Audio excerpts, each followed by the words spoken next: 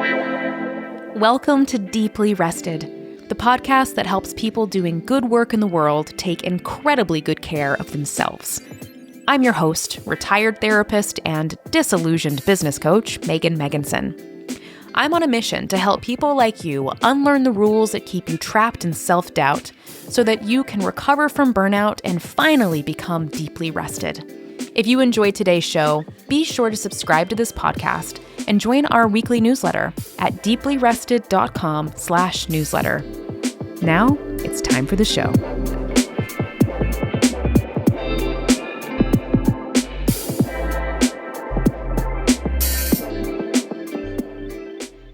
Welcome back to the Deeply Rested podcast.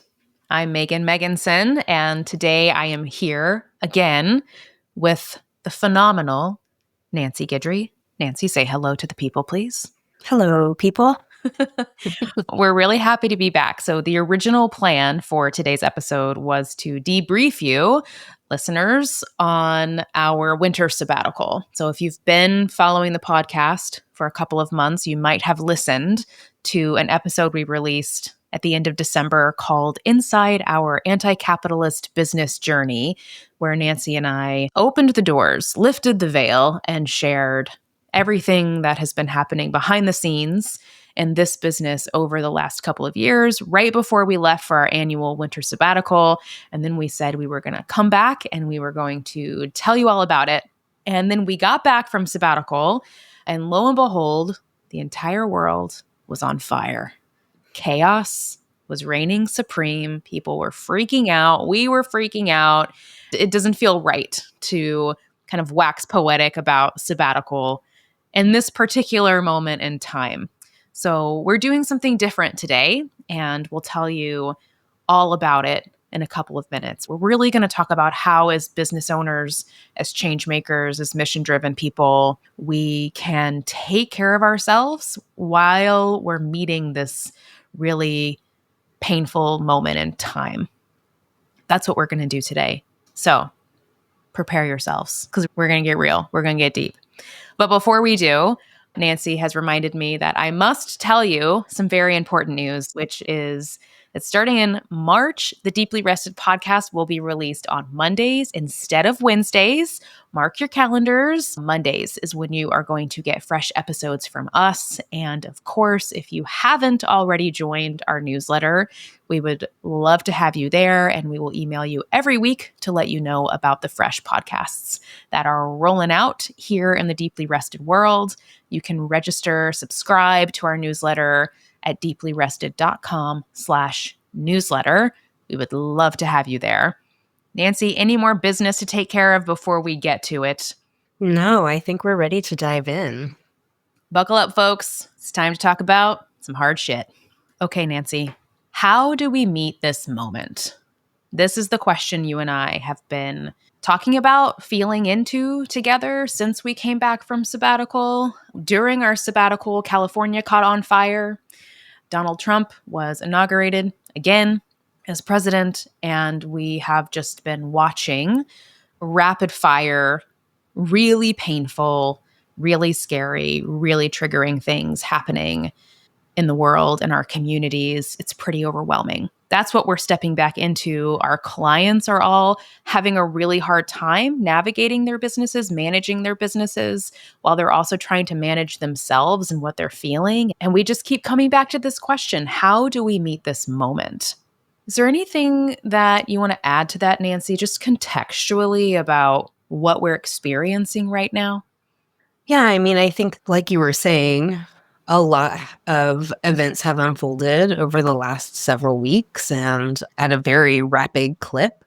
And so it just feels like we're constantly being bombarded with these external things that are really scary. And just speaking for myself, it has whipped me up into a frenzy and sent me down into a spiral. It's tough to navigate and tough to manage, but I'm glad that we're here having this conversation today, and especially knowing that so many of the people that we help in this business are in helping professions, people who provide services for others. And so it feels important to just really talk about what's going on for people and acknowledge like that we are all here kind of doing this together.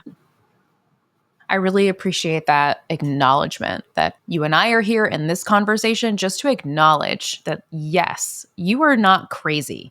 I'm having to say that to so many people right now. I'm talking to friends and clients, and they're like, am I crazy? I feel in danger. I feel gaslit. I feel like this is really bad. Am I crazy?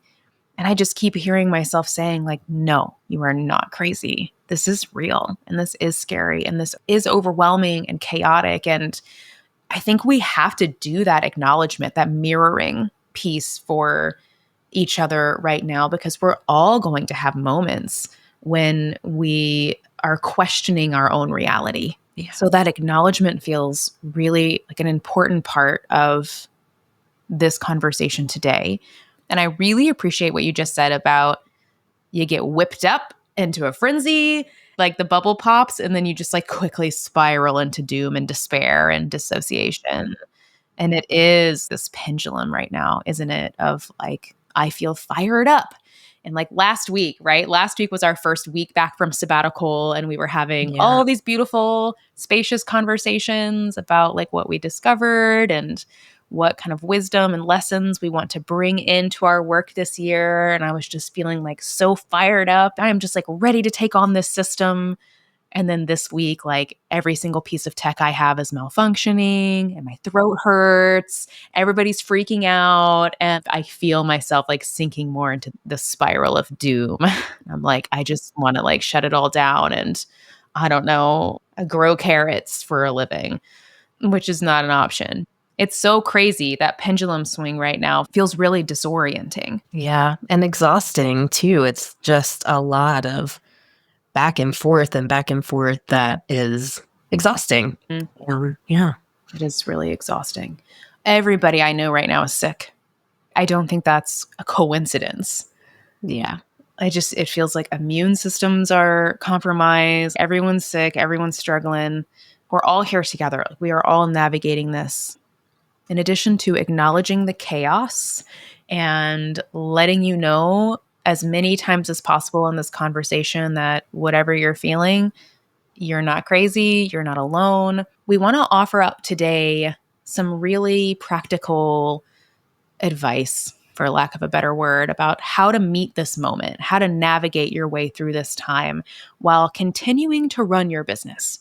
Because that's the challenging reality of this moment, right? Is like our lives don't stop because of what's happening in our society and our world. The bank still owns my mortgage.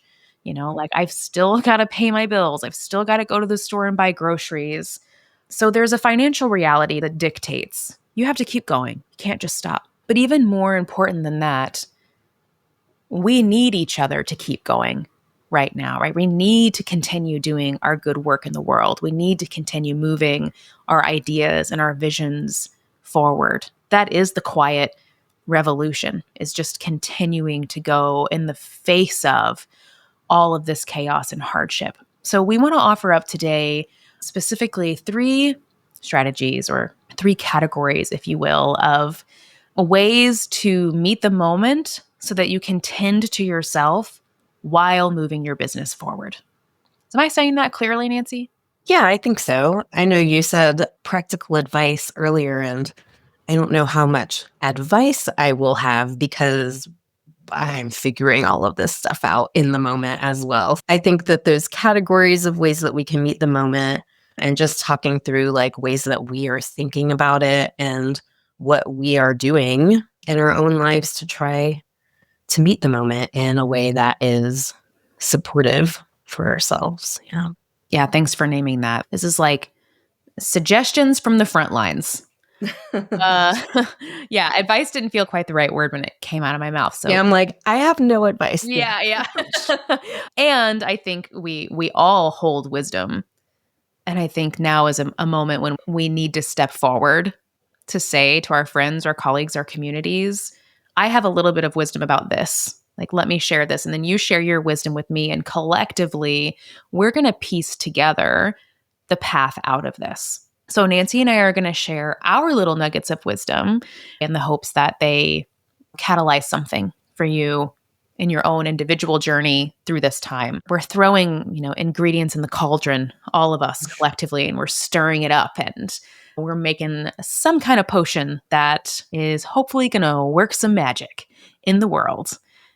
Yeah. We're also going to try to keep today's conversation on the briefer side because we're all a little at max capacity. So I'm going to do my best to practice brevity in this conversation. There's 3 things we're going to talk about today. We're going to talk about energetic boundaries. We're going to talk about focusing on doing good. And then we're going to talk about how to prioritize rest and community care in our personal lives and also in our businesses. Those are the 3 things we're going to talk about, all in service of meeting this moment to continue moving forward, to continue bringing our work to this surface. Sound good? Sounds great. Let's start with energetic boundaries.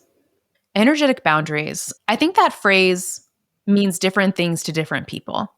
So I'm going to share what it means to me, and then I would be really curious to hear what it means to you, Nancy. And then we can both talk about what are ways that we are individually working on fortifying our energetic boundaries during this time. So for me, when I'm thinking about my energetic boundaries, I'm thinking about my energy in multiple ways. I'm thinking about my physical energy, my physical body, my health. I'm thinking about my emotional energy, right? My own happiness, sadness, motivation, depression, whatever it might be, my emotional energy. And then I'm thinking about my relational energy, my energetic fields and how I am engaging with the rest of the world, right? My energy boundaries externally are the ways in which I am opening myself up to feel the energy of others versus ways that I am creating sort of solid protective barriers between what I'm feeling and what you are feeling, or what I'm feeling and what the collective is feeling. So I'm thinking about my own energetic boundaries really as 3 sets of concentric circles. There's my health, there's my emotional body, and then there are my external energetic boundaries, how I am protecting myself from receiving the energies of the rest of the world and everyone around me. Does that make sense? Yeah, absolutely. How do you think about your energetic boundaries? Yeah, I don't think I could have put it better. I feel like that's a really great way to visualize it. And that really resonates with the way that I feel about it too. What I have within my own self and my body, what is my energetic capacity there?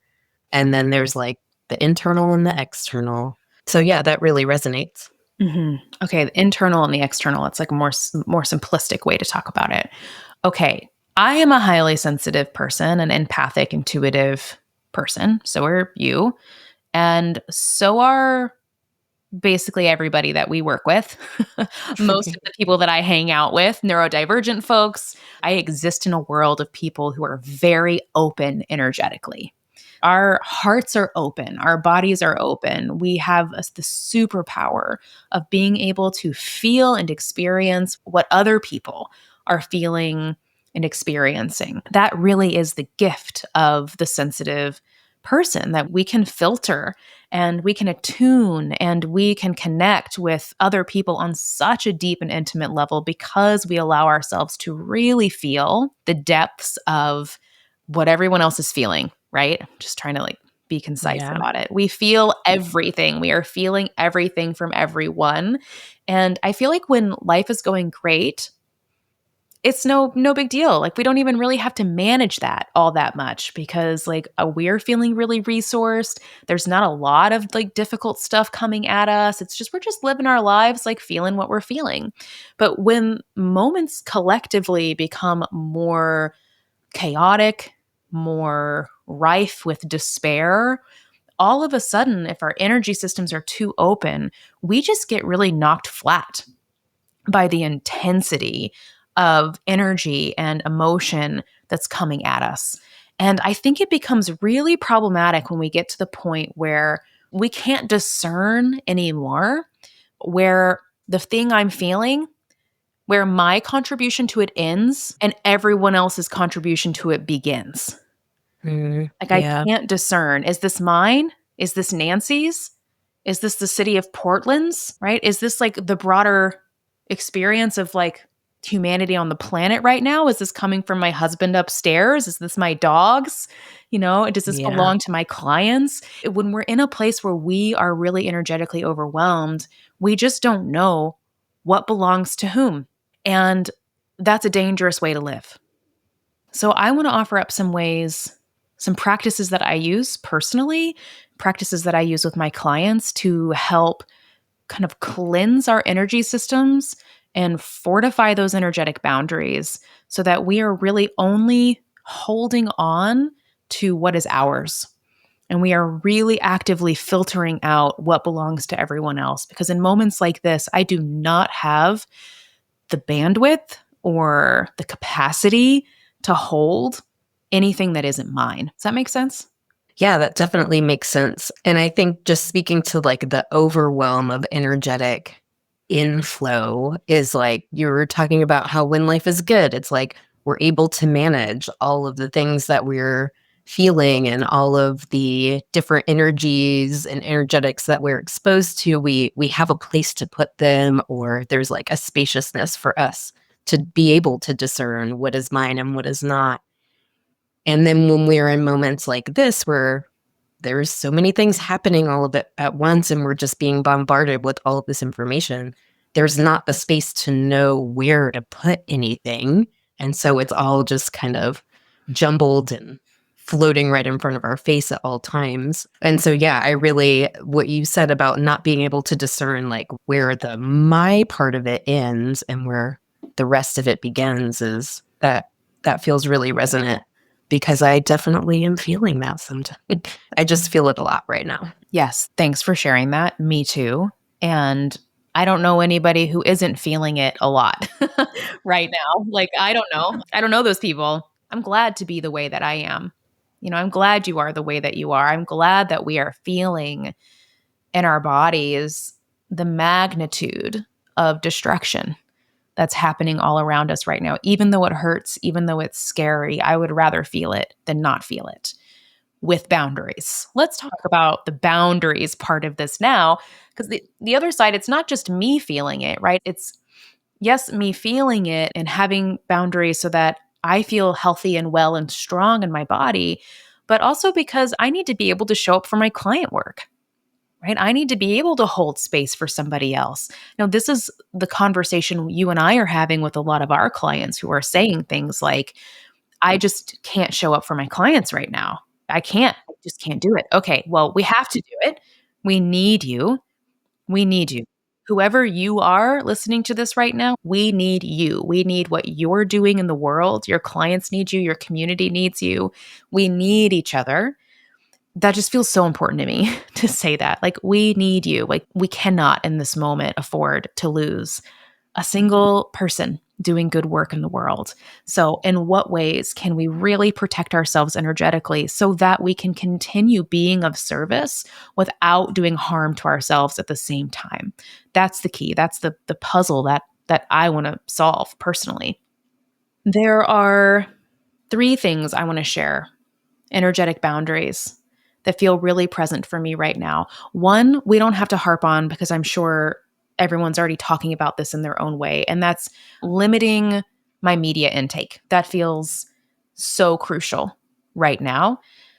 What's happening politically is not accidental, right? Like, there is a lot of research into fascism that looks at how do systems, how do rulers like this come in and take control by overwhelming the populace with really horrible information. Okay, Google it. That's a strategy. Overwhelming us with rapid fire action, right? One terrible, horrible thing after another, riling us up and then watching us spiral down, like you were saying earlier. That's a strategy. They're doing it on purpose. It's working. We have to walk ourselves back out of that. We have to not get sucked up into the overwhelm of this moment. And the best way I know how to do that is to limit my media intake significantly. Agree or disagree? Agreed. No, I think I 100% agree. And I do think it's important to be well informed, Mhm. but that doesn't necessarily equate to unbridled consumption of the news and having to know what's breaking at every second. So I'm in wholehearted agreement. I joined a newsletter that I want to tell you about that's really been a game changer for me. And we'll put the link in the show notes. It's called WTF Just Happened Today. It's like the name of the newsletter, like what the fuck just happened today? And it's like a very digestible and succinct daily digest with no imagery. And that's really working for me personally. It's like one email Monday through Friday. And the top of the email is a summary of like everything that happened today. And then if you scroll down, he expands each thing into a longer paragraph with all of his citations. So it's like there are some days when all I can tolerate is the one paragraph. And I'll read the paragraph and it's horrifying and depressing. And my body will be like, and you're done. Like, that's it. Close the window, move forward. Some days I'll dive deeper. But my sensitive system is really responding well to that because imagery is just really evocative for me. So when I see like big headlines and lots of images of people suffering, oof, I go to a really dark place. So that's one media strategy that I'm implementing. I'm not going to news sites. I'm not spending time on social media. I'm not watching TikTok videos.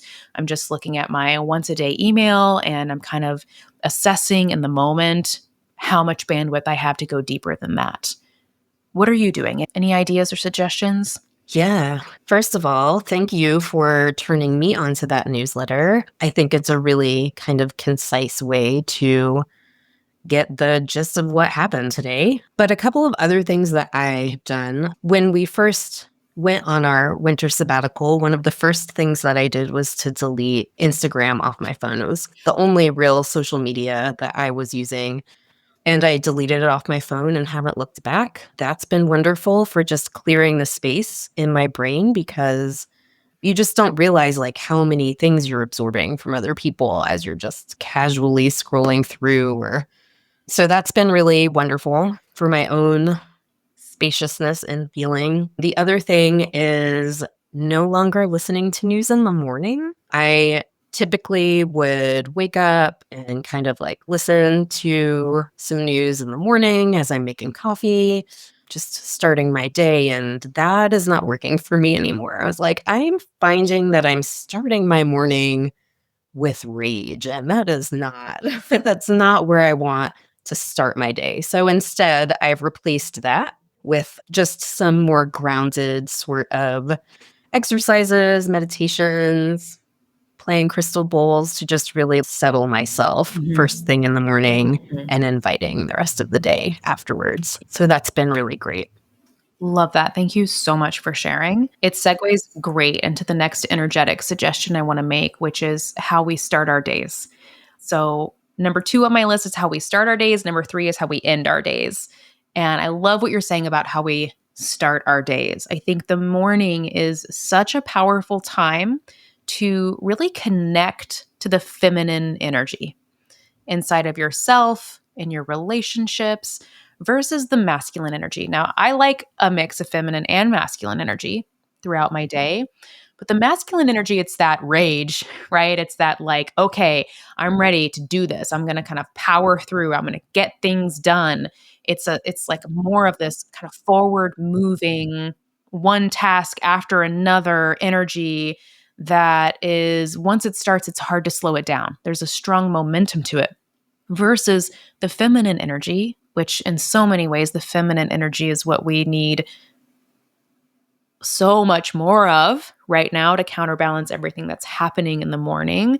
It is gentler, it's more meditative, right? It's more flowy, more easeful.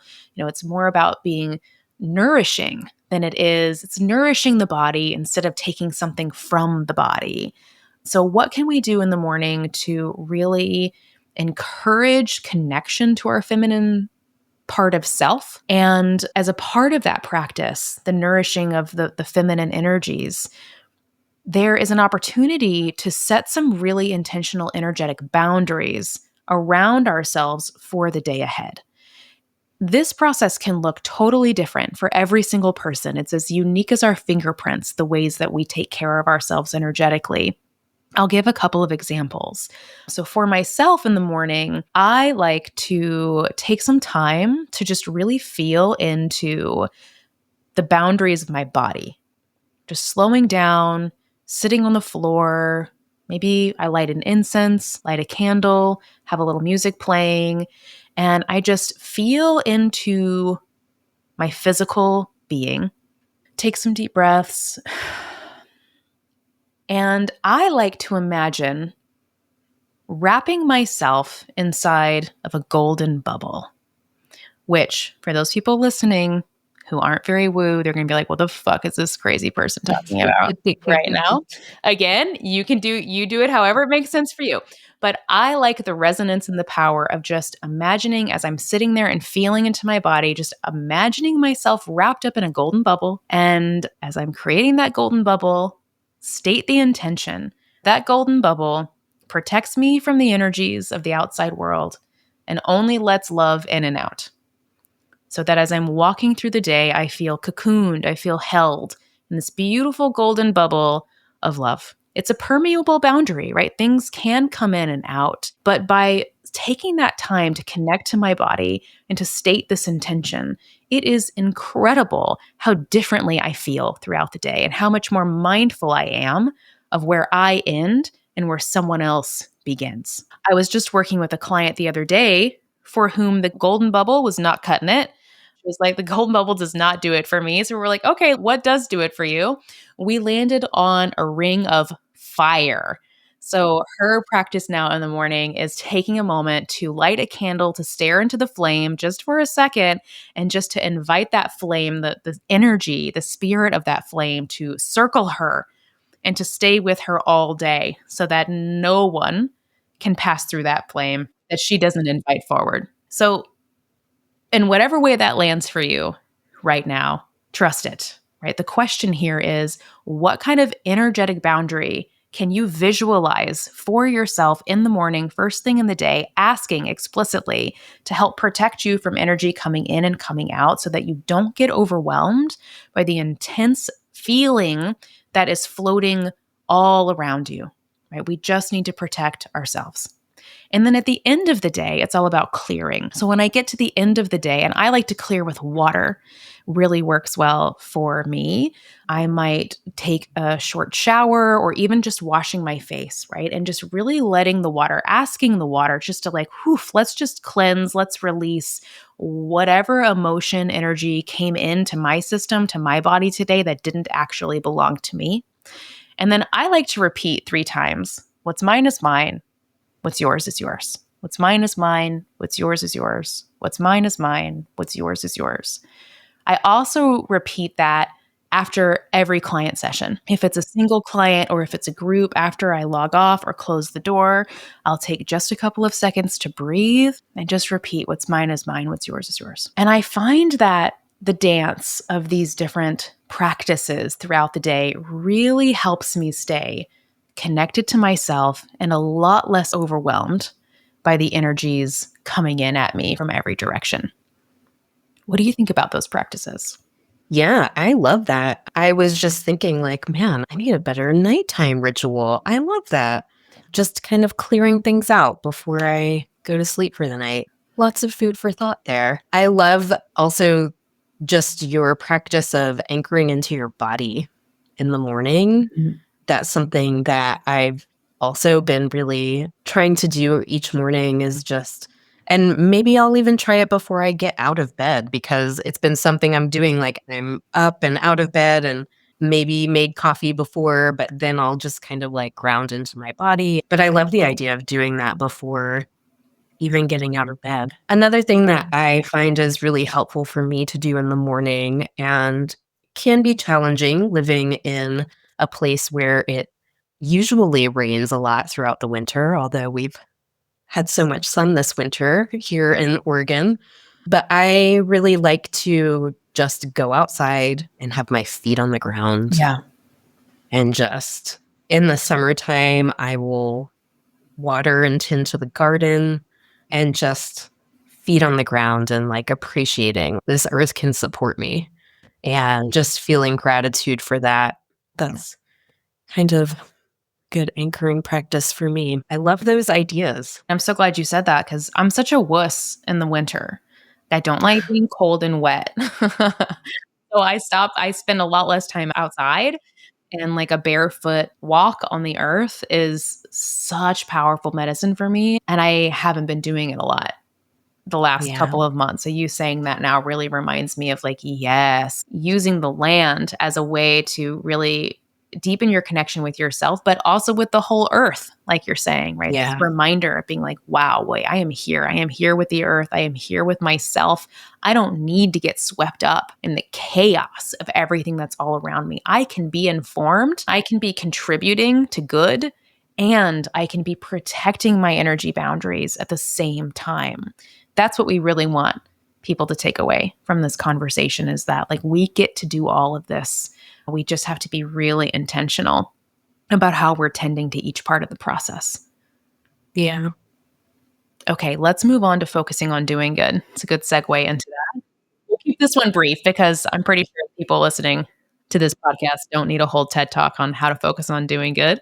But just a reminder that, again, the strategy right now is overwhelm, right? The strategy is we're going to overwhelm the populace so that they spiral. When we get overwhelmed as sensitive, mission driven, service oriented people, we start going like, oh, okay, well, how am I going to contribute to this?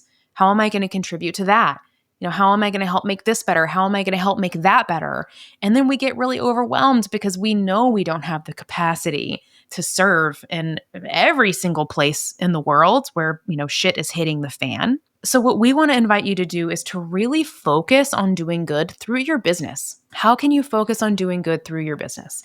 If you have capacity left, is there some place you can volunteer with? Is there some way you can contribute in your community? But right now, your business is your life source, maybe literally, right? And so many people are relying on you. People are looking to you for your support, for your guidance, for whatever kind of healing work or service you provide. People are looking to you. So, how can we focus our desire to do good through our businesses so that we really are checking a lot of boxes at one time? Does that make sense? Yeah. Yeah, for sure. I want us to choose one thing to focus on and like really give our full energy and attention to like, I'm going to be responsible for this thing. And I'm going to trust that other people are picking up responsibility for all of the other things. But I'm not going to try to be single-handedly responsible to contributing a little bit in all of the areas because that's too much. Yeah, I think that's right on. And I also think that a lot of times people who want to be helpers, I know I've fallen into this. I don't want to call it a trap, but in my mind, it feels like a thought trap of like, I want to be doing good in the world, and it is my responsibility to bring down this unjust system. And like you were saying, like we don't have the capacity to do that, nor is that a possibility. It is not one person's responsibility to end injustice or to take down an oppressive system. One person doesn't have the power to do that on their own. And so this came up in our community Slack group, and it's like, well, what do we do? And I feel like one of the things that we can do is just reform our own individual systems that we use to operate in the world, in our lives, in business, and not prop up harmful systems. And if we are able to like renew our own systems, then that is the work. Mhm. If we're all doing that in our own way, in community with each other, Mhm. that is power. And that can create change, even if it's feels like baby steps or Yeah. on a micro scale, but that's how change happens. Right.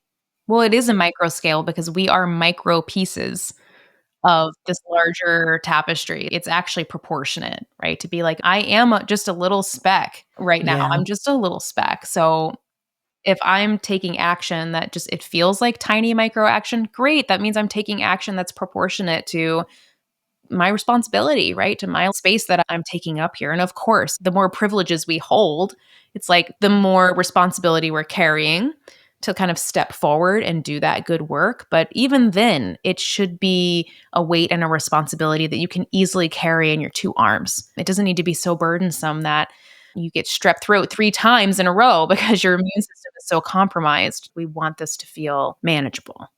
The beautiful thing about having a mission driven business is that it makes it pretty easy to funnel your good work through your business, your cause through your business, right? The cause of this business is anti capitalism. So that's what we're focusing on, right? We're really thinking about how is this system of capitalism destroying our communities and what are micro things we can do, spaces we can create that heal those wounds a little bit and allow people to come back to themselves, to each other, to the land. That's it. That's what we're focused on. There's about 2,000 other things that are upsetting me right now that I really care about, that I want to contribute to, but I don't have the bandwidth to do that. I'm just one sensitive person. So we want to give you permission to think about like what is the mission of your work? How does that mission fit in to the larger equation, right? The larger picture of everything that's unfolding around us right now. And can you celebrate that that's your cause? That is your cause. And you can focus your energy on that and give it as much love and as much care as you possibly can. And then when you get tired, you get to step away. You get to stop being someone who is trying to single handedly change the world. So we're starting with our energetic boundaries, right? Because it all begins there. We are protecting, we're fortifying our individual energetic boundaries. We're making sure that we're only carrying in our bodies what belongs to us. We're staying informed, but we're not allowing our systems to be overwhelmed so that we can step into service.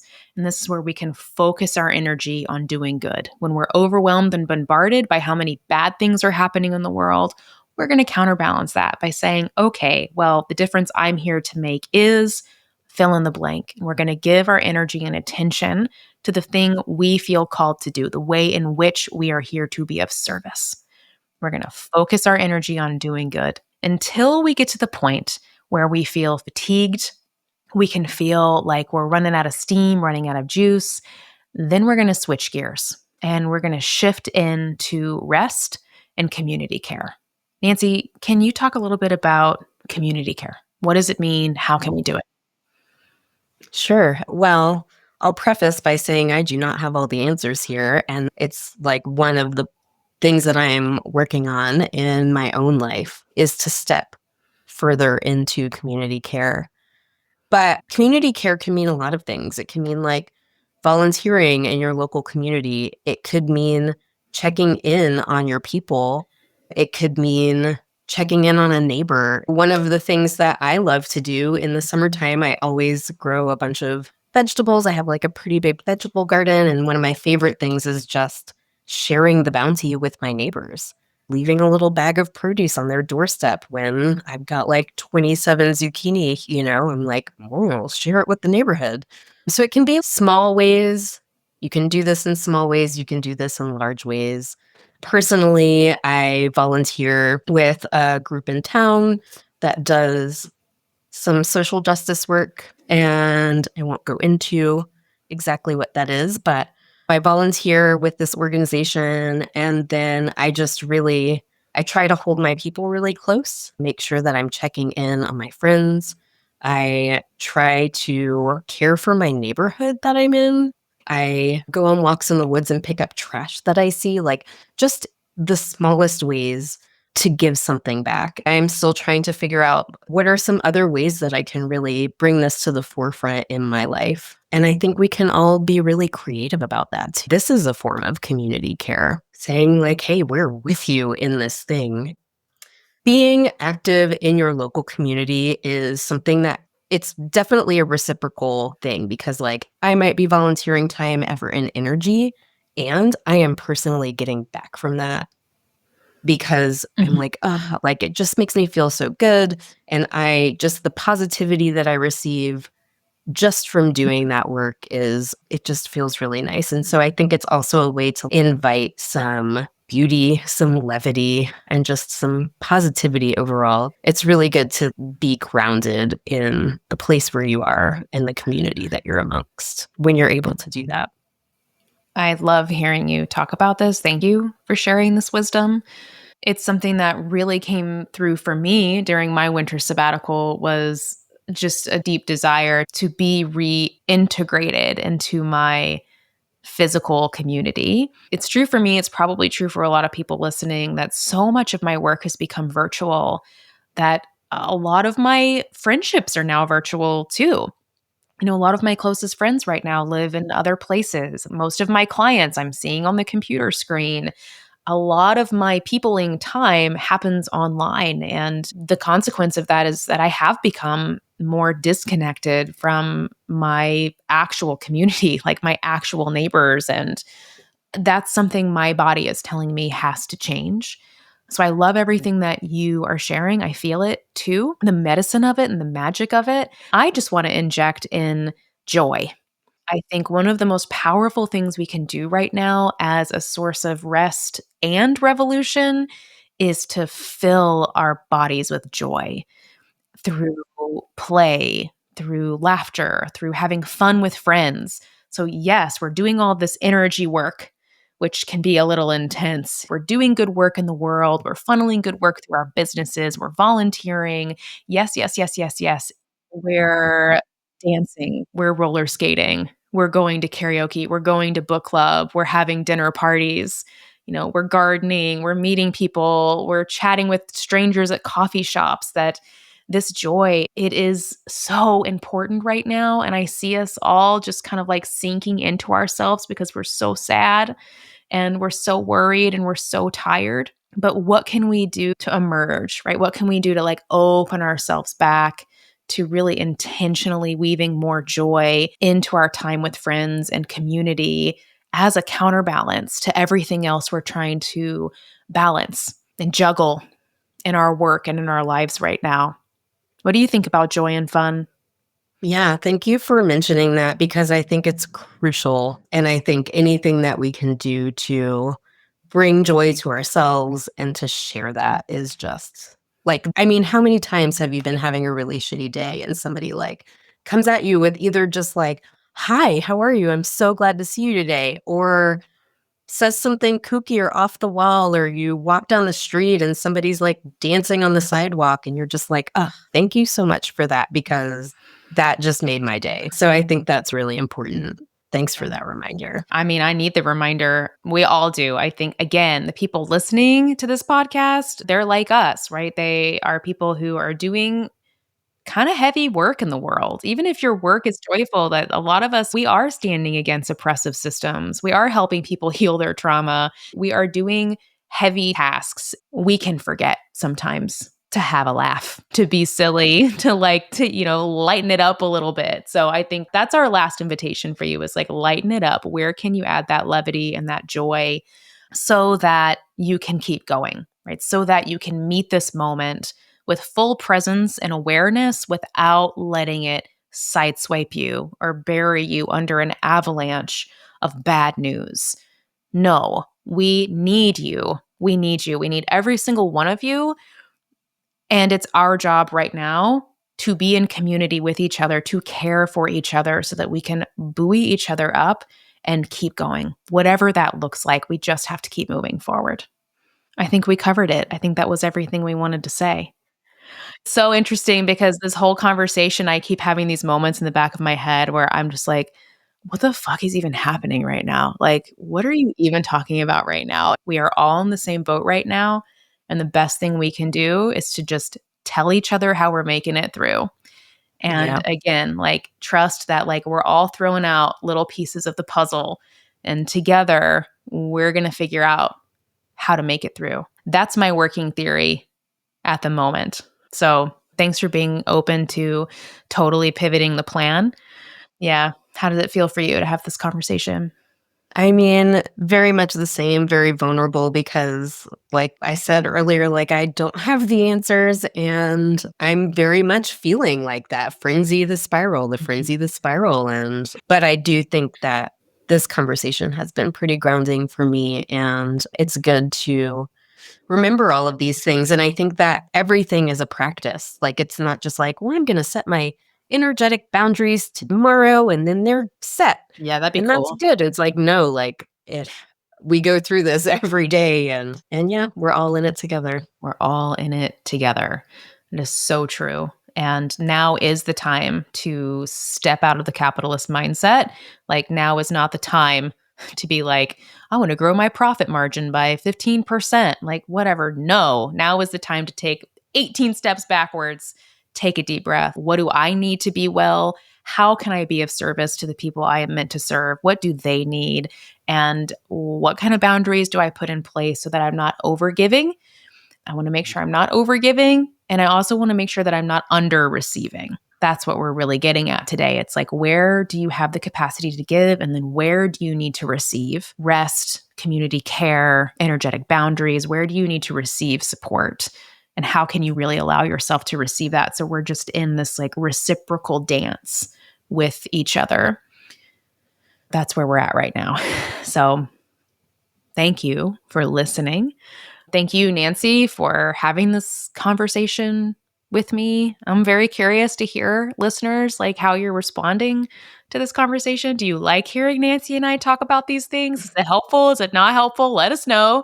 We're very open to your feedback, of course. And yeah, that's all we've got. Energetic boundaries, focus on doing good, prioritize community care, keep moving forward, allow yourself to be deeply rested. We're figuring this out together. Thank you so much for being in this work and glad to be doing it together. So glad to be doing it together. And last thing we'll say is that we are in the process of planning an event for the spring equinox, which we were going to talk more about today, but it didn't come up. So we'll tell you about it later. But the TLDR version is we are creating a really beautiful half-day event that will be a mix of embodiment practices to help regulate our nervous systems, guided meditation. Nancy's going to lead some crystal bowl sound baths. We're going to have some somatic movement, and we're going to intersperse all of that with a guided planning process for the spring season.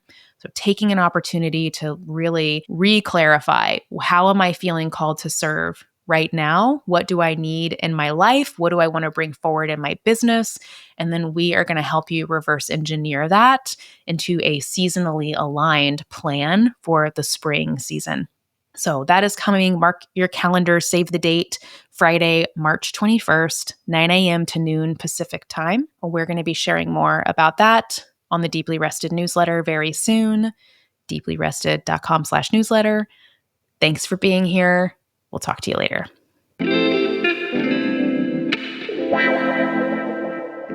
Thank you so much for listening to today's episode of Deeply Rested. If you enjoyed this conversation, I would love to invite you to join the Deeply Rested weekly newsletter. You can sign up at deeplyrested.com/newsletter. I hope to meet you in my inbox very soon.